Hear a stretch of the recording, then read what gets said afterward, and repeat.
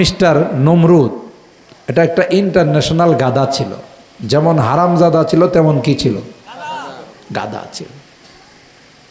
সাইয়েদনা হযরত ইব্রাহিম খলিলুল্লাহ নমরুদের কাছে আল্লাহর একত্ববাদের দাওয়াত নিয়ে গেলেন। নমরুদ ইব্রাহিম খলিলুল্লাহকে বলেন, মার রাব্বুক আল্লাযী তাদউনা ইলাইহি, তুমি যে রবের দিকে আমাদেরকে আহ্বান করতেছ এই রবের পরিচয় কি? ক্বালা রাব্বিয়াল্লাযী ইউহয়ী ওয়া ইউমীত। হযরত ইব্রাহিম খলিলুল্লাহ বললেন, আমার রবের পরিচয় হলো তিনি হায়াত আর মওতের মালিক। সুবহানাল্লাহ বলে, যিনি হায়াত দেন, যিনি মৃত্যু দান করেন, তিনি হলেন আমার রব। এই গাদায় কয়ে কি আনা উহয়ী ওয়া উমীত, আরে কাম তো আমিও পারি। নাউযুবিল্লাহ। হায়াত আর মওত আমিও দিতে পারি। ইব্রাহিম আলাইহিস সালাম কয়, এ আবার কোন কথা রে, তুমি আবার কবে থেকে হায়াত মওতের মালিক হইলা? কয় দেখবা প্র্যাকটিক্যালের বাস্তবে দেখাবো। তাহলে দেখাও কিভাবে তুমি হায়াত আর মওতের মালিক। তাফসীরের কিতাবে আসে দুইজন কয় দেখে ডাকছে, সাউন্ডটা মজা পাইলাম না, ইকোটা হালকা দাও, তুমি ইকো বন্ধ করে দিলা কেন? এটা আরে হালকা দাও, হালকা ইকো দাও বেশি। এই তো এখন ঠিক আছে, ঠিক আছে, এখন ঠিক আছে, আর ধরার দরকার নাই, ঠিক আছে ঠিক আছে। আল্লাহ আল্লাহ কয় আমিও হায়াতে মওতের মালিক। নাউযুবিল্লাহ কইবেন না। তুমি আবার কেমন করে হায়াত মওতের মালিক? জেলখানার থেকে দুইজন কয়েদিকে আহ্বান করে ডেকে একজনকে বলল তুমি বেকসুর খালাস, আর জল্লাদ দায়িকা আরেকজনকে হত্যা করে ফেলছে। এবার ইব্রাহিম আলাইহিস সালাতু ওয়াস সালামকে নমরুদ বলে, দেখলা আমি একজনকে মারলাম আরেকজনকে জিন্দা করলাম। ইব্রাহিম আলাইহিস সালাম মাথায় হাত দিয়ে কয়, আগে মনে করছিলাম গোবর থাকলেও টাটকা গোবর, বাসি গোবর না। কথা কয়, মাথার মধ্যে কিছু গোবর আছে জানতাম, কিন্তু মনে করছিলাম যে এই গোবরটা টাটকা গোবর, বাসি গোবর না। তো দেখি বাসির থেকেও বাসি, এর মাথার মধ্যে গোবরও নাই। জিন্দা করলো কেমনে, মারলো কেমনে? অর্ডার দিছে মরছে তা না হয় বুঝলাম। যে বেটারে কইলো তুমি বেকসুর খালাস, হে কি আগে মরা ছিল? কথা কয় না, না জিন্দা কইছে বেকসুর খালাস। আর এই মগায় কি কয়, হেরে জিন্দা করছি। ইব্রাহিম আলাইহিস সালাম দেখছে যে পয়েন্টটা একটু পরিবর্তন করা দরকার, এই পয়েন্টে এর সাথে কথা বলে লাভ নাই। বুঝেন না? কিছু ভণ্ড আছে, আপনাদের এই এলাকায় আছে কিনা জানি না, ভণ্ডরা আপনার সাথে এমনভাবে কথা কইব, আপনি যদি তার বিরোধিতা করেন কইব যে এই মোল্লা তুই তো শরীয়ত জানিস, আমি জানি মারিফত।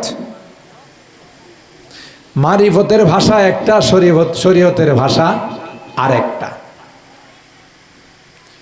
মারিফতের ভাষায় নামাজের মতো নামাজ একবার পড়লেই কথা কয় না, এটা বলে মারিফতের ভাষায়।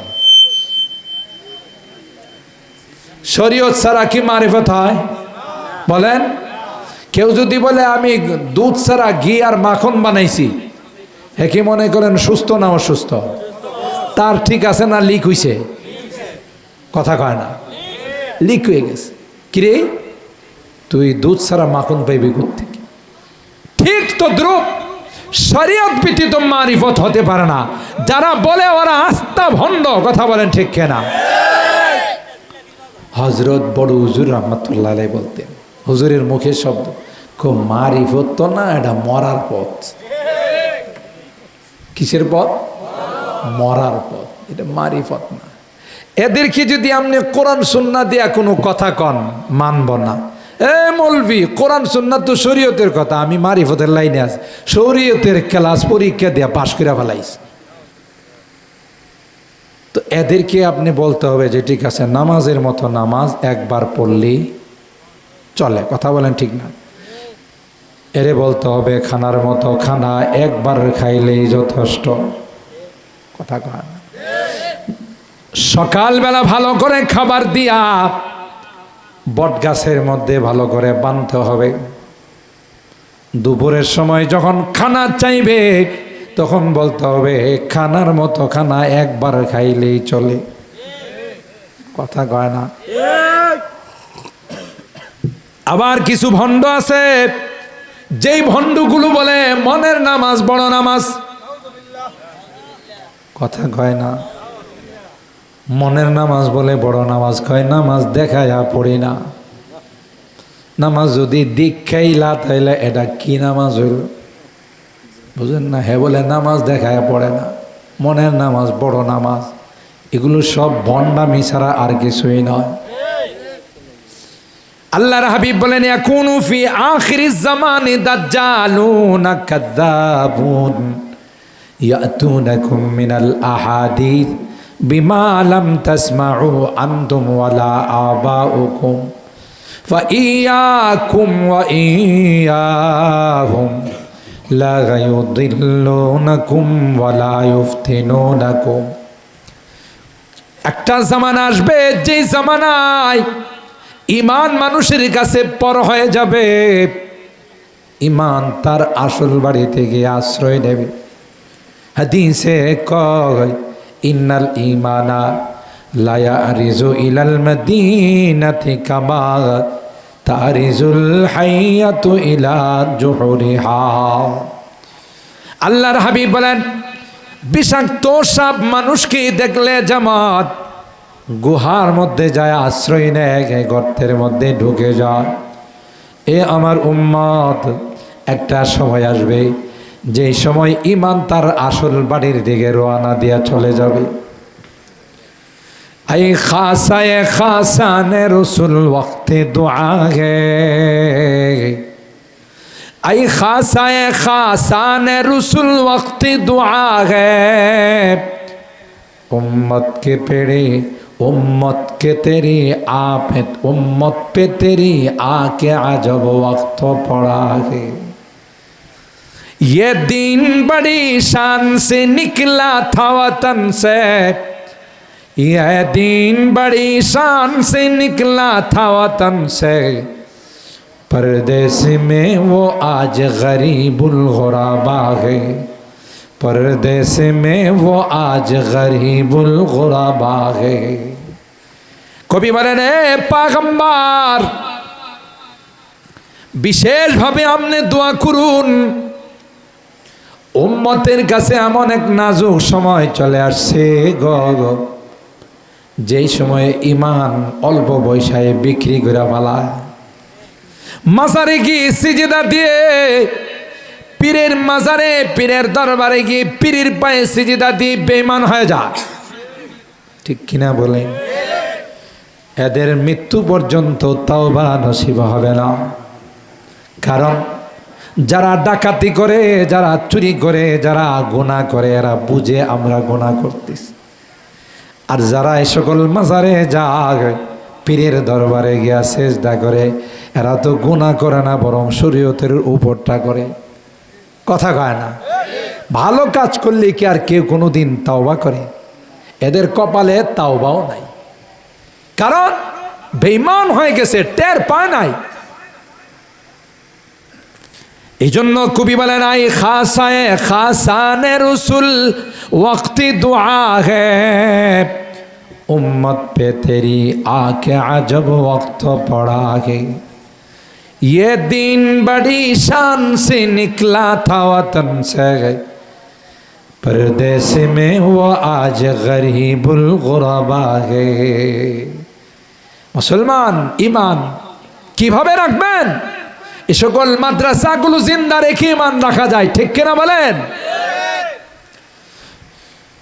তখন হযরত ইব্রাহিম খলিলুল্লাহ মিস্টার নমরুদ কি বলল, তুমি যেহেতু নতুন করে আত্মপ্রকাশ করেছো, ক্ষুধার দাবি করেছো, তাই এখন থেকে তোমার ডিউটি হলো সূর্যটা পৃথিবীর সূচনা লগ্ন থেকে আমার আল্লাহ পূর্ব দিক থেকে ওঠায় পশ্চিম দিকে ডুবায়। তুমি নতুন খোদা হিসাবে তোমার ক্ষমতা দেখাইবা, সূর্যটাকে পশ্চিম দিক থেকে ওঠাবা, পূর্ব দিকে নিয়ে ডুবাইবা। আপনাদের কি ধারণায় কথা বলার পর পায়জামা ঠান্ডা না গরম? ফেরাউনের আর নমরুদের পায়জামা গরম। কি জবাব দিবি? কিন কর্তব্য বিমূঢ় হয়ে গেল, সবার সামনে লজ্জা পাই। আল্লাহর কসম, যারা জামানার পয়গম্বর হয় এদের মতো শিক্ষিত বিচক্ষণ প্রজ্ঞাময় কেউ হয় না। সবচাইতে বেশি বিচক্ষণতা, এলেম, জ্ঞান আল্লাহ তাদেরকে দান করেন। সুবহানাল্লাহ। যে আয়াতে কারিমা তিলাওয়াত করেছি তার প্রেক্ষাপটও তার ভিন্ন নয়, যদিও ইলমের সাথে সম্পর্ক, মাদ্রাসা শিক্ষার সাথে সম্পর্ক। বিশাল মাহফিলে সাইয়েদনা হযরতে মুসা কালিমুল্লাহ বয়ান করতেছিলেন। আপনাদের মতো এত রাত পরেও চুপচাপ বসে বসে শ্রোতারা বয়ান শুনতেছিলেন। একজন শ্রোতা বললেন, মান আ'লাম, এই জামানার সবচেয়ে জাননেওয়ালা ব্যক্তিকে? আপনার বয়ান তো অনেক সুন্দর, আলোচনা অনেক সুন্দর। তো মুসা আলাইহিস সালাম বলছিলেন, আনা, হ্যাঁ, সবচেয়ে জাননেওয়ালা ব্যক্তি হলাম আমি। জবাবটা কিন্তু 100% সঠিক ছিল, কিন্তু আল্লাহর কাছে এই জবাবটা পছন্দ হয় না। কারণ যারা জামানার নবী হন এরাই সবচেয়ে বেশি জ্ঞানী হয়, ঠিক কিনা বলেন? তো নবীদের সঙ্গে, নায়েবে নবীদের সঙ্গে কেউ মোকাবেলা করতে পারে না। ওয়ারাসাতুল আম্বিয়াদের সঙ্গে কেউ পণ্ডিতি করে পারে না, ঠিক না? আমি শুনছি হযরতে ফখরে বাঙ্গাল রহমাতুল্লাহ আলাইহির ঘটনা। ব্রাহ্মণবাড়িয়ার কৃতি সন্তান, কথা বলেন ঠিক কিনা? ফখরে বাঙ্গাল রহমাতুল্লাহ আলাইকে একজন মস্কারা করে বলতেছিলেন, পাশে বৈশা খাইতেছিলেন দুইজন জেন্টলম্যান। একজন বললেন, হুজুর, আপনাদের এলাকায় কুকুর কিভাবে খায়? আমরা আলেম ওলামারা কিন্তু বসলে প্লেট মুইসা খাই, কথা কয় না, চেটে খাই। হাড্ডি মাড্ডি থাকলে একটু কামড়ায়া, এটার ভিতরের কোনো মগজ টগজ থাকলে সেটা বাহির করে খায়। এটাই জেন্টলম্যান যিনি, হ্যাঁ, আধুনিক যিনি, মডার্নের যিনি, তার কাছে খুব লাগলো যে আরে এই মৌলবীরা তো আনসোশাল, এটি কোনো সামাজিকতা বুঝে না।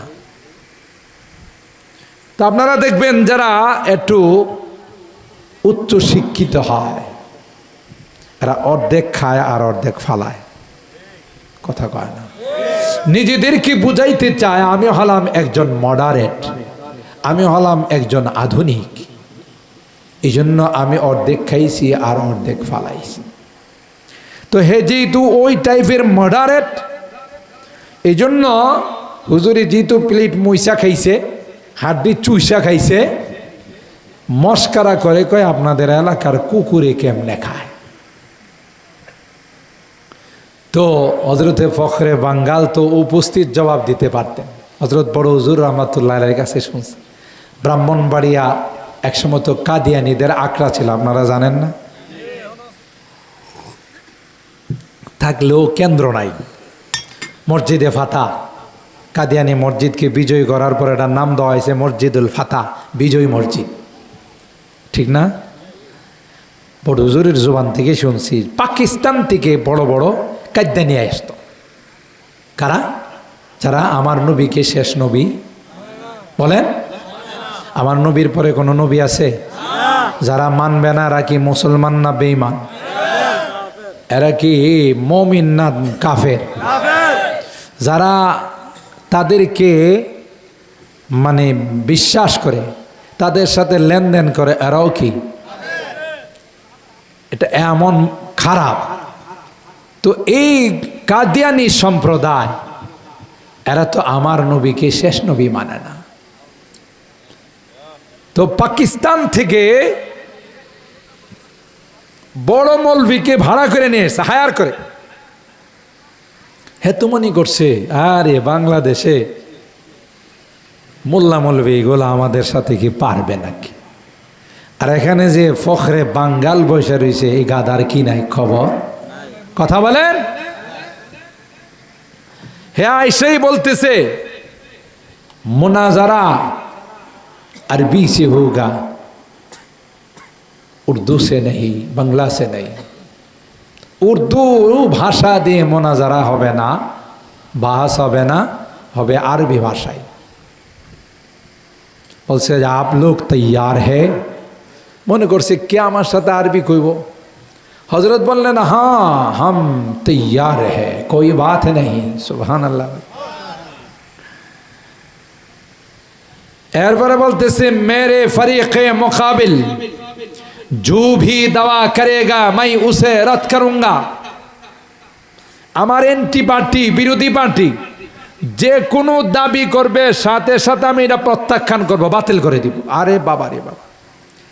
তো বড় হুজুর রহমাতুল্লাহ আলাইহি বলেন যে ফখরে বাঙ্গাল তো পান খাইতেন বেশি, প্রচুর পরিমাণে পান খাইতেন, একটার সাথে আর একটা লাগাই। আর পান ওলামা কা শান, পান খাওয়া এটা আলেমুল আমাদের একটা শান। আমাদের এক হুজুর তো বইলেই বলাইছে যে পান খাওয়া এটা আদম আলাইহিস সালামের সুন্নত। আমি বললাম যে পান খাওয়া যে আদম আলাইহিস সালামের সুন্নত, এটা পাইছেন কই? কাছে ফাআকালা মিনহা, আদম আলাইহিস সালাম আর হাওয়া আলাইহিস সালাম গাছের থেকে পাতা খাইছে, এটাই পান খাওয়া। বুঝলেন দলিল দে।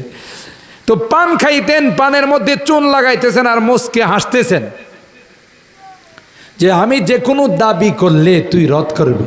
তখন বললেন যে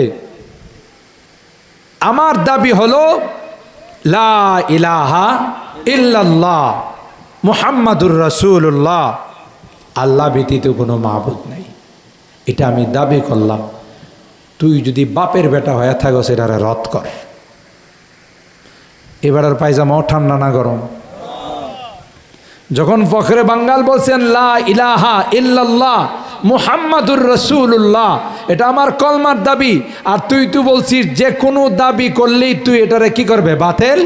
এটা আমার একটা দাবি, তুই বাপের বেটা হলে বাতিল কর। হ্যাঁ, যদি বাতিল করে তাহলে মুমিন থাকবো না কাফের হয়ে যাব। আর না করলে তুই এত বড় কথা কইলি গিল্লেগি। আমরা তো হয়তো ভাবতাম যে মুসাল্লামুস সুবুত অথবা সুল্লামুল উলুম অথবা মাইবুজি, এই জাতীয় কুতবি, শরহে তাজিব, শরহে চাকমানি, তসরি, ওকলিদাস, শামসে বাজেগা, এই সমস্ত কঠিন কঠিন ফনোনাতির কিতাব থেকে একটা অংশ বাইর করে বলতাম যে বেড়া হইলে তুই এটা রদ কর। আর উনি মুস্কে হাসি দিয়া লা ইলাহা ইল্লাল্লাহ মুহাম্মাদুর রাসূলুল্লাহ আবতিলহু হাযা দাওয়াই, তুই বাতিল কর। এখন হবে গেছে বিপদে, বাতিল করলো ঝামেলা, না করলো বাস এক পয়েন্টে হেরে গেছে। উপস্থিত জবাব আমাদের আকাবেরদের ছিলেন। সুবহানাল্লাহ। হযরত বড় হুজুর বলেন ইউনিয়নে যে বলা হয় যে মহকুমার যিনি প্রধান থাকেন, হ্যাঁ টিউনো, তো বলেন তখন তো ওই মন্ত্রী এমপি এগুলো ছিল না।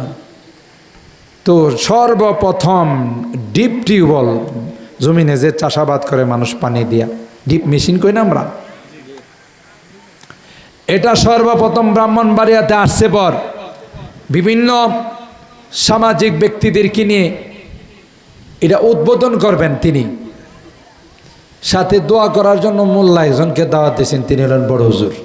আর এই ফখরে বাঙ্গাল রহমাতুল্লাহ আলাইহি মোল্লা হিসাবে, তো তিনি বুক ফুলায়া ভাষণ দিতেছেন, আজ থেকে পানির জন্যে, চাষাবাদের জন্যে আমাদেরকে সাতু পাখির মতো আকাশের দিকে তাকিয়ে থাকতে হবে না। আর আসতে নাউজুবিল্লাহ কাম। তার মানে কি বুঝাইছে? আল্লাহ পানি দেওয়ার আর অপেক্ষায় থাকা। হযরত ফখরে বাঙ্গাল রহমাতুল্লাহ আলাইহি তার ডান হাতে চাপ দেয়া ধরে কয়, জমিন থেকে যে পানিটা উড়াইবেন এটা কি আপনার বাবার নাকি? কথা কয় না। জমিন থেকে যে পানিটা আপনি উঠাবেন এটা কি আপনার বাপদাদা? সবাই অবাক। এই সমস্ত শিরকি কথা কয়েন না, ইমান হারা হয়ে যাবে। কুল আরাইতুম ইন আসবাহা মাউকুম গাওরা ফামান ইয়াতিকুম বিমাইম মাইন। আল্লাহ ডাক দেয়া বলে, গোলাপ, জমিনের পানি যদি আমি আল্লাহ লিয়াটা নিচে নিয়ে নি, গোটা দেশের গোটা বিশ্বের কোনো মেশিন দিয়া পানি উঠাইতে পারবে না। কথা কয় না? আসমানের পানির মালিক কে? জমিনের পানির মালিক কে? আল্লাহ বলেন, কুল আরাআইতুম ইন আসবাহা মাউকুম গাওরা ফামান ইয়াতিকুম বিমাইম মাইন। কে পারবে? কার ক্ষমতা আছে? না, কারো ক্ষমতা নাই। তা আমাদের আকাবেররা উপস্থিত জবাব দিতেন যে মিয়া, আসমানের পানির মালিক যিনি, জমিনের পানির মালিকও তিনি। তুমি তোমার মেশিন দিয়ে উঠাইবা, ওখানে যদি আল্লাহ পানি সরাই দেয় কোত্থেকে উঠাইবা? যাই হোক, উলামায়ে কেরাম, নায়েবে রাসূল যারা হয় এরা বিচক্ষণ হয়, ঠিক কিনা? এরা শিক্ষিত হয়, কিন্তু আলফাসটা শব্দ চয়নটা আল্লাহর কাছে পছন্দ হয়। এই জন্য মুসা আলাইহিস সালাম রে আল্লাহ ডাক দিয়ে কয়, আপনি যে বললেন অনেক বড় আলেম, আপনার তো জামিয়া ইউনিভার্সিটি থেকে লেখাপড়াই শেষ হয়েছে না। সুবহানাল্লাহ। আপনি তো আরো লেখাপড়া করতে হবে। কয় আল্লাহ, তাহলে কোন মাদ্রাসায় ভর্তি হইব? কয় মাজমা আল বাহরাইন, দুই সমুদ্রের কেন্দ্রস্থলে একটা মাদ্রাসা আছে, ওখানে যায় দেখেন আপনারে ভর্তি নেই কিনা। সুবহানাল্লাহ। হযরত মুসা কয়, আল্লাহ, সমুদ্রের নিচে মাদ্রাসা, আমি যাব কেমনে? কয় যাবার রাস্তা আমি বলে দিতেছি, মাছ ভুনা কইরা। কয় মাছ ভুনা করে বেগে রাইখা দিবে, এটা জিন্দা হয়ে যখন নদীর পথে চলে যাবে, আমি আল্লাহ সুরুং পথ বানায় রাখবো, আশপাশের পানিকে মিলতে দিব না। আর আস্তে সুবহানাল্লাহ কান কোরআনে আছে না নেই? ক্বালা আতিনা গাদাআনা লাকাদ লাকিনা মিন সাফারিনা হাযা নাসাবা। হযরত ইউশা ইবনে নুন সফর সঙ্গে ছিলেন, পরবর্তীতে তিনি নবী হবেন। বললেন, নাস্তা বের করো, খাবার বের করো। বাহির করতে গিয়ে দেখে কয় মাছ জিন্দা হয়ে সমুদ্রে চলে গেছে। সুবহানাল্লাহ কইবেন। বুঝি আপনাদের ঘুম আইসা গেছে, আবার কালকের প্রোগ্রাম আছে, দেশের বেশি দেরি আমিও করব না। 12:30টার ভিতরে দোয়া করব ইনশাআল্লাহ। রাজি আছেন তো? হ্যাঁ, যেহেতু কালকে বিশাল হক বাতিলের লড়াই। কথা কয় না? সরোয়ার্দী উদ্যানে হক আর বাতিলের লড়াই। হক আসলে বাতিল নিমজ্জিত হয়ে যায়, ঠিক কিনা বলেন? হক আর বাতিলের লড়াই, এই লড়াইয়ের সৈনিক আপনিও আমিও। কথা বলেন ঠিক কিনা? কয় মাস গিয়ে দেখে ব্যাগের থেকে জিন্দা হয়ে বের হয়ে সমুদ্রের পথে চলে গেছে। সুবহানাল্লাহ। উনি আইসা দেখেন ফাত্তাখাযা সাবিলাহু ফিল বাহরি সারাবা, এটা আল্লাহ পানিটা জমা করে রাখছেন মাঝখানে সুরুং পথ। মুফাসসিরিন ইকরাম লেখেন, আল্লাহ হযরত মুসা নবীকে এই ভ্রমণ করায়া আগাম বার্তা দিলেন যে একটা সময় আসবে আপনার উম্মতকে নিয়ে লৌহিত সাগর পাড়ি দেওয়া লাগবে, আর ওখানে আমি আল্লাহ মুহূর্তের মধ্যে 12টা পদ্মা সেতু বানাই দেব। কতদিন সময় লাগছে আল্লাহ? 1 মাস। মুহূর্তের মধ্যে কোন ফায়াকুন হয়ে গেছে। আর বিশ্ব সন্ত্রাস ফেরাউন না ওখানে যায় কয়, দেখছো আমি কি পাওয়ারফুল বাদশা, আমার আশাও লাগে নাই, আমি সিংহাসনে বসে অর্ডার করছি 12টা পদ্মা সেতু হয়ে গেছে। আল্লাহ কয়, ঠিকই কইছস, তুই বানাইছস, এই জন্য দেখিস না এখনো পদ্মা সেতুগুলো ভাঙতেছে না। তুই যাওয়ার পর এই পদ্মা সেতুগুলো তোরে দেখার পর সান্ত্বনা পাবে, এরা দেখার পর শান্তি পাবে, এরপরে তোরে নিয়েই নিচে যাবে। কথা কয় না? যে যা বানায় এটাই তার জন্য কাল হয়। বানানোর সময় মনে করে আয়না ঘরে ঢুকাবো, কথা বলেন ঠিক কিনা? বানানোর সময় মনে করে এই ট্রাইব্যুনাল বানায়া শাস্তি দেব। আর কিতাবের মধ্যে আসে মান হাফার আলী আখিহি ওয়াকা আফিহি, যে আরেক ভাইয়ের জন্য গর্ত খনন করে সে নিজে এটাতে পড়ে। এটাই দুনিয়ার নিজাম। এখন এই বানানো আইন সবাই প্রয়োগ করে যেইভাবে শাস্তি দেওয়ার সেভাবে শাস্তির ব্যবস্থা করে, ঠিক কিনা বলেন? আল্লাহ কই তুই বানাইছ, যা তোর জন্য রেখে দিছি, ডুববে, তোর সাথে দেখা করে এরা বিদায় নিবে। যেই ফেরাউনে তার বাহিনী নিয়ে ঢুকছে, গটাগট আল্লাহ তাআলা এই পদ্মা সেতুকে মিলাই দিছে। কথা বলেন ঠিক কিনা? আল্লাহ পাক হযরত মুসা নবীকে সমুদ্র পথ ভ্রমণ করায়া এই অভিজ্ঞতা দান করছেন যে একটা সময় আপনাকেও আপনার উম্মত নিয়ে সমুদ্র পথ পাড়ি দিতে হবে। সুবহানাল্লাহ। কান যেমন যার মাদ্রাসায় ভর্তি হইতে গেছেন, সংক্ষেপে কাট করে বলতেছি, পোড়াটা না, হযরতে খিজির আলাইহিস সালাম। আলাইহিস সালাম এই জন্য বললাম, হালকানা নাবিয়ুন আম ওয়ালিয়ুন, তিনি কি নবী ছিলেন না ওলি ছিলেন, এই নিয়ে মুফাসসিরিনদের মধ্যে দ্বিমত আছে, কিন্তু অধিকাংশ রিওয়ায়াত হলো যে তিনি নবী ছিলেন। তবে তিনি তাশরিঈ নবী ছিলেন না, তাকউইনি নবী ছিলেন। অর্থাৎ অন্যান্য নবীদেরকে যে সরাসরিয়ত আর আসমানি কিতাব দিয়েছেন, আল্লাহ তাকে ওইটা দেন, তার নবুয়তটা ছিল, তার বিদ্যাটা ছিল এটা গোপন রাজ রহস্য। সুবহানাল্লাহ।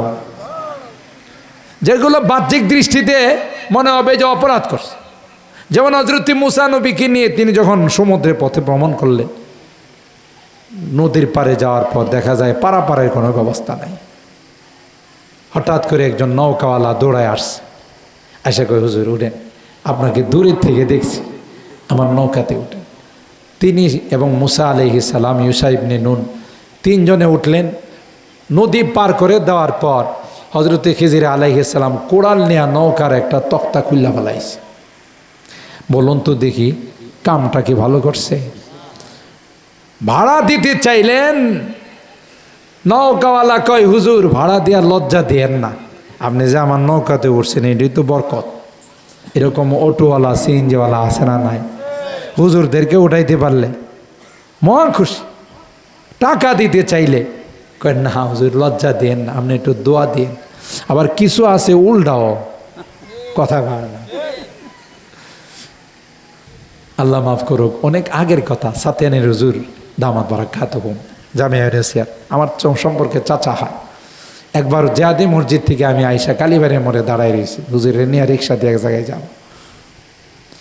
তো আমি রিক্সা আসতেছি ঠিক, কিন্তু একজন দাড়িওয়ালা মানুষ তালাশ করতেছে, যে নামাজি দিনদার মানুষ। আমার কই দেরি করতেছি কি লেগে? আমি হুজুর একজন নেককার দিনদার আসলে। কই সর্বনাশ, অন্য অন্য রিক্সাওয়ালারা যদি মনে করো তোমার থেকে 50 টাকা নেহে নিব 100 টাকা। হুজুরের কথাগুলো আবার খুব সুন্দর সুন্দর। আমি দেখছি অনেকেই এরকম আছে, আপনার ভাড়া যে পরিমাণ তার চাইতে ডাবল চায়। আপনি যদি বলেন ভাড়া তো এত নাই, ফুরাইয়া উঠলেন না কি লেগে? কথা কয় না। তা আবার অনেকে আছে ভাড়া দিতে চাইলে মাপ চায়, ভাড়া দেন না, ভাড়া দিলে আমি শরম পাবো, লজ্জা পাবো। দোয়ার জন্য ক্বালা খারাখতাহা লিতুগরিকা আহলাহা লাকাদ জিতা শাইআন নুকরা। হযরতে খিজির যখন নৌকার তক্তাটা খুলে ফেলে দিল, মুসা পয়গম্বর কয় আর যাই হোক কামটা কিন্তু ঠিক করলেন না।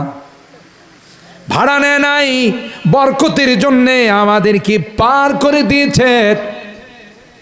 আপনার তাকে দোয়া দেওয়ার দরকার ছিল, কিন্তু তা না করে তক্তাটা খুলে ফেললেন, নৌকাটা অচল করে দিলেন। যারা নৌকাতে উঠবে সবাই ডুববে।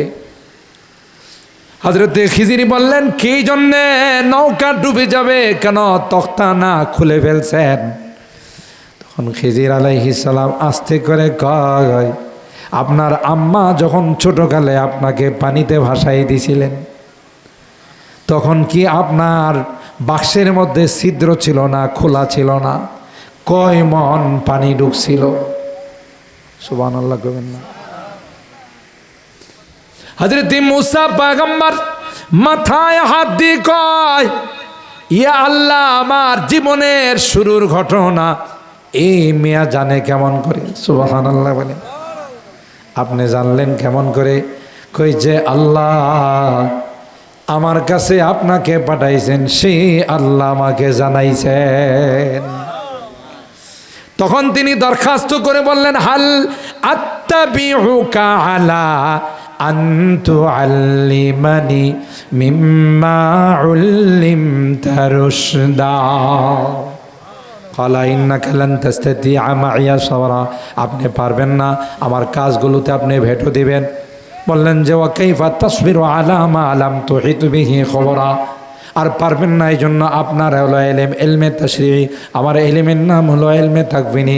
আমি গোপন রহস্য আল্লাহ জানাইছেন যেগুলো আপনার জানা নেই, আমি করব, সাথে সাথে আপনি প্রশ্ন করবেন। কথা বলেন ঠিক কিনা? হযরত মুসা পয়গম্বর বললেন, ক্বালা সাতাজিদুনি ইনশাআল্লাহ সাবিরা ওয়ালা আ'সি লাকা আমরা। না, আমি আপনার এগুলো মাইনা চলব। আল্লাহ মূলত পাঠাইছেন যে আপনি শিক্ষিত, আপনি বিচক্ষণ, সব ঠিক আছে, কিন্তু আপনার শব্দ চয়নটা কি হয় নাই? ঠিক হয় নাই।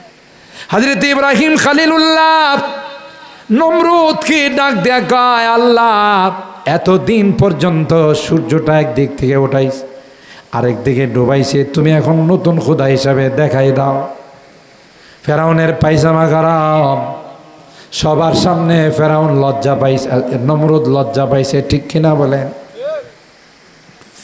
এবার নমরুদের ডাক দেয়া কয়, ইব্রাহিমের কাছে পয়েন্টে আমি হেরে গেলাম, তাই ইব্রাহিমের সঙ্গে কোনো কথা নয়, হাত থাকতে মুখ দেয়া কোনো কথা চলবে না।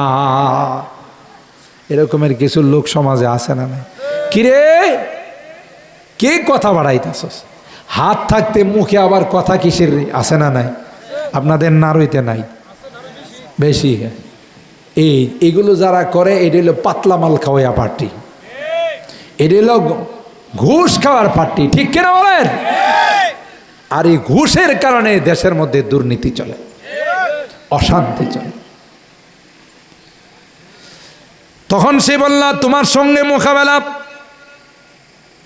মুখ দিয়ে নয়, অস্ত্র দিয়ে হবে। আগুন জ্বালাইলো, ঘটনা সবার জানা আছে।